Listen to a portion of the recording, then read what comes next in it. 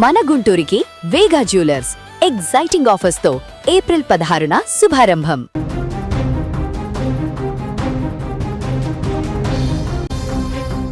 Road ప్రమాదంలో స్వల్ప గాయాలతో ఆసుపత్రికి వెళ్లిన వ్యక్తి చికిత్సలో జరిపిన జాప్యం వల్ల ప్రాణాలు కోల్పోయిన విషాద ఘటన విజయనగరంలో చోటు చేసుకుంది. ప్రమాదం జరిగిన తర్వాత కుటుంబ సభ్యులతో మాట్లాడిన వ్యక్తి చివరకు విగత జీవిగా మారడం ఆ కుటుంబంలో తీరని శోకాన్ని నింపింది. గరివిడికి చెందిన 53 ఏళ్ల రాజమహంతి గోపాలకృష్ణ శ్రీకాకుళం జిల్లా టెక్కిలిలోని ఒక ప్రైవేట్ కంపెనీలో ఫర్నేస్ ఇన్ఛార్జ్ గా పనిచేస్తున్నాడు. వృత్తిరీత్యా ఆయన ప్రతి వారం తన స్వగ్రామానికి వస్తుంటాడు. ఈ క్రమంలో మంగళవారం రాత్రి విధులు ముగించుకొని ద్విచక్ర వాహనంపై ఇంటికి బయలుదేరాడు. రాత్రి 7 గంటల సమయంలో చీపురుపల్లిలోని మానసాదేవి ఆలయం సమీపంలోకి రాగానే ఎదురుగా వస్తున్న వాహనాల కాంతికి ఆయన అదుపు తప్పి బోల్తపడ్డాడు. రోడ్డు పక్కన ఉన్న కాలువలోకి పడిపోవడంతో ఆయన తీవ్రంగా గాయపడ్డాడు. ఆ సమయంలో ఆయన స్పృహలోని ఉండి తన సోదరుడు రామకృష్ణకు ఫోన్ చేసి విషయం చెప్పాడు. కుటుంబ సభ్యులు వెంటనే సంఘటన స్థలానికి చేరుకొని ఆయనను చీపురుపల్లి ప్రభుత్వ ఆసుపత్రికి తరలించారు. ప్రాథమిక చికిత్స అందించిన అక్కడి వైద్యులు మెరుగైన వైద్యం కోసం విజయనగరం మహారాజా ఆసుపత్రికి రిఫర్ చేశారు. అర్ధరాత్రి ఆయన్ని విజయనగరం తరలించగా అక్కడి వైద్య సిబ్బంది ముందుగా అత్యవసర చికిత్స విభాగంలో చేర్చుకున్నారు. ఆ సమయానికి ఆయన బాగానే మాట్లాడుతున్నాడు. దాంతో వైద్యులు ఆయన్ని జనరల్ వార్డుకు తరలించారు.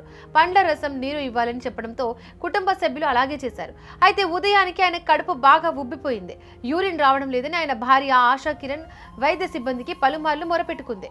యూరిన్ బ్యాగ్ పెట్టాలని కోరినా సిబ్బంది నుంచి సరైన స్పందన లేదు. ప్రస్తుతం బ్యాగులు లేవని నిర్లక్ష్యంగా సమాధానం చెప్పడంతో ఆందోళన మొదలైంది.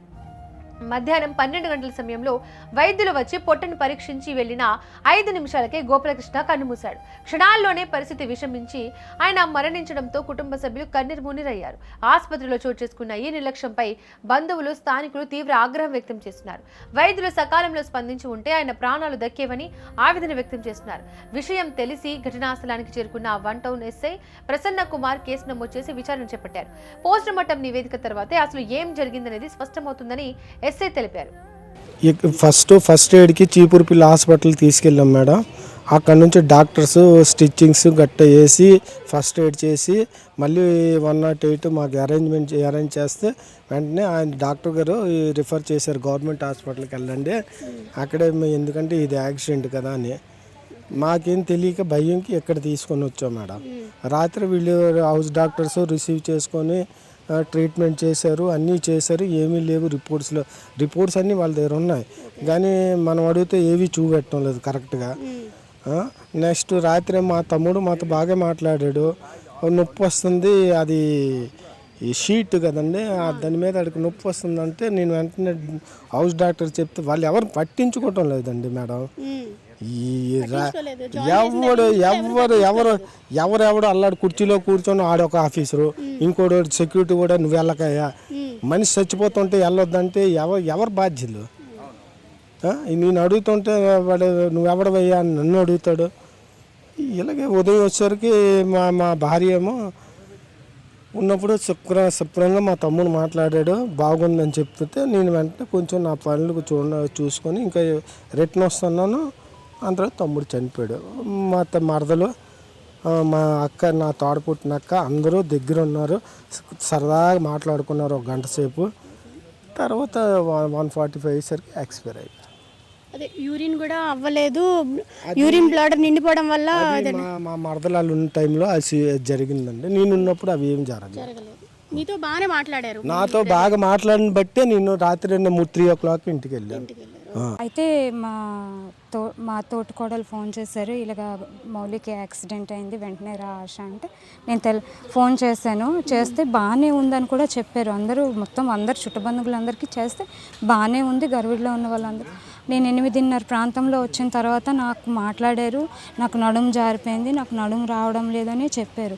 అన్ని తర్వాత నాకు యూరిన్ అవ్వలేదని మాత్రం చెప్తున్నారు. నాకు యూరిన్ అవ్వడం లేదు, తాగిందంతా ఇక్కడ ఉండిపోతుంది అనేసి అంటే 11 గంటల ప్రాంతంలో డాక్టర్స్ వస్తే వాళ్ళకి చెప్పాను, ఇలాగ యూరిన్ అవ్వలేదండి, అతను కడుపులో నొప్పి అంటున్నారు, వాటర్ తాగారు, జ్యూస్ తాగారు, అన్నీ చేస్తున్నారు.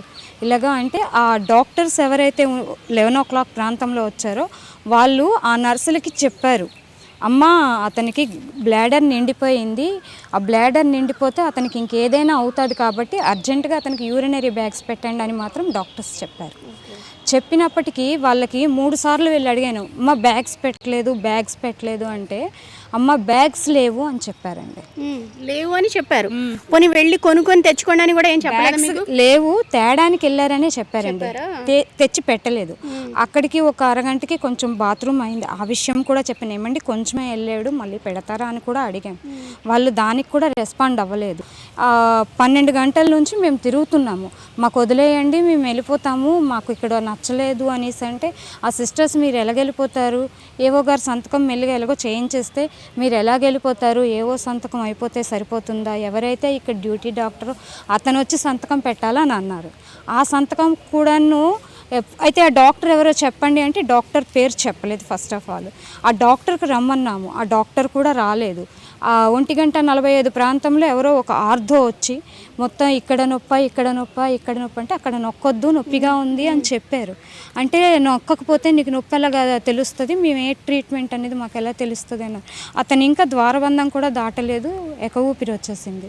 వచ్చిన వెంటనే మా బావగారు వాళ్ళ పాప డాక్టర్ అంటే మరి అక్కడ నుంచి డాక్టర్స్ రాలేదు, ఎవరు కూడా రాలేదు. వెళ్ళి చెప్పిన ఊపిరిలా వచ్చేస్తుంది అని చెప్పినా సరే ఎవరు లేరు. అసలు డాక్టర్స్ చుట్టుపక్కల లేరండి, ఆ చుట్టుపక్కల డాక్టర్స్ లేరు, ఓన్లీ నర్సెసే ఉన్నారు.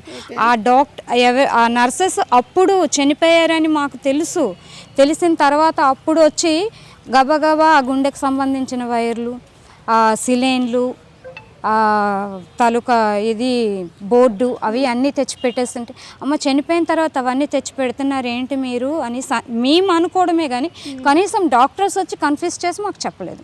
1 టౌన్ పోలీస్ స్టేషన్ నుంచి 2 బాడీలు వచ్చాయి. ఒక బాడీ అలిగేషన్ ఏంటంటే నిన్న మా చిగురుపల్లిలో యాక్సిడెంట్ అయింది, అతను రమణ గారు అనేసి అతను ఇక్కడికి తీసుకొచ్చి ఇక్కడ హాస్పిటల్లో జాయిన్ చేశారు. జాయిన్ చేశాక ఇక మెడికల్ ట్రీట్మెంట్ నెగ్లిజెన్సీ వల్ల అతను చనిపోయాడని చెప్పేసి వాళ్ళ అలిగేషన్.